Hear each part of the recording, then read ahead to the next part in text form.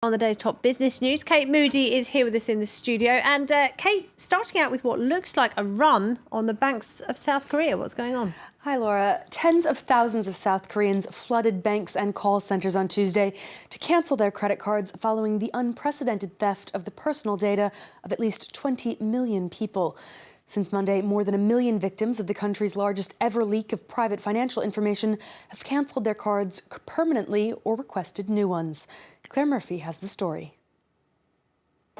Attempting to placate growing anger in South Korea, key financial services firms have been eating humble pie as they admit to a massive leak of personal data and pledge to cover any losses. Almost half of the country's 50 million strong population are thought to have been affected. When it comes to credibility, who am I supposed to trust? What am I supposed to believe? I honestly don't know anymore. We use credit cards not only in our country, but abroad too. It means our country's reputation has been damaged. The companies need to wake up. In total, 100 million accounts have been compromised. Prosecutors have announced that a contractor with Korea's credit bureau stole the data of 3 credit firms in 2012 by copying files to a USB device.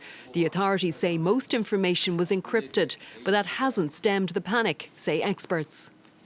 Trust in the financial groups holding personal information has been lost.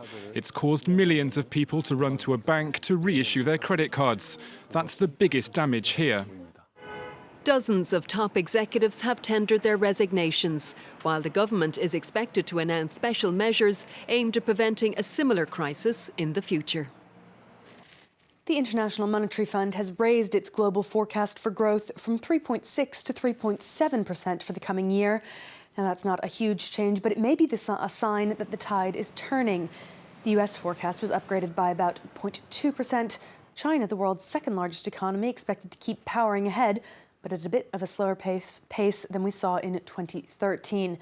The UK in particular saw its forecast raised about half a percentage point to 2.4.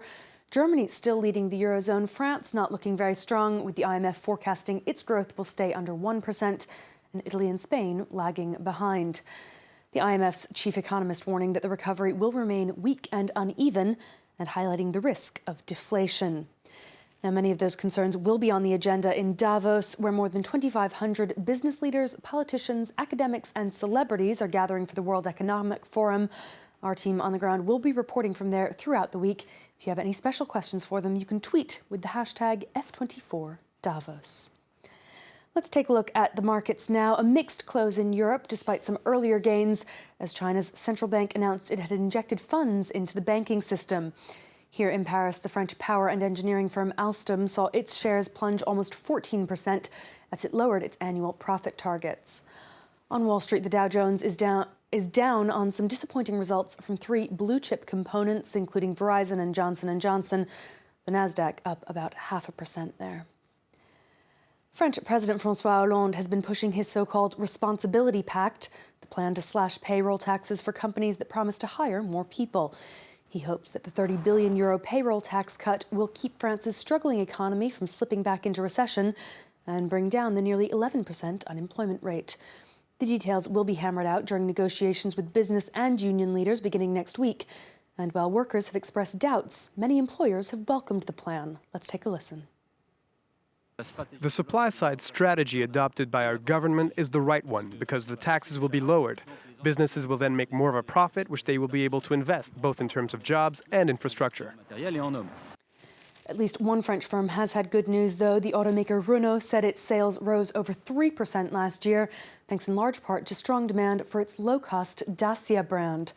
More than 40% of sales came from those so-called entry-level vehicles, and Dacia sales surged 19%. Though the overall car market in Europe is still struggling, Renault did see sales up 2.7% here in Europe, but about half its total sales came from international buyers. Like its French rival Peugeot, Renault is trying to tap into the Chinese market, and it's partnering with China's Dongfeng Motor Group to introduce locally assembled cars there.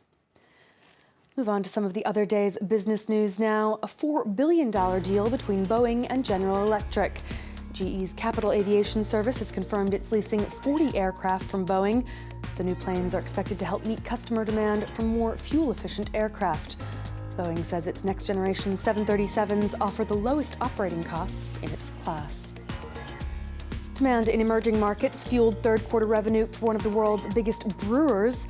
SAB Miller said overall revenue grew 4%, although sales figures were lower than expected. That was partly due to weakness in the North American and European markets. The brewer has over 200 brands, including Pilsner, Peroni, and Miller. Drinkers seem to prefer beer to spirits, though. Rémy Cointreau saw its sales fall a whopping 19% in the last 3 months of 2013. Analysts had expected a dip of closer to 5% compared to the previous year.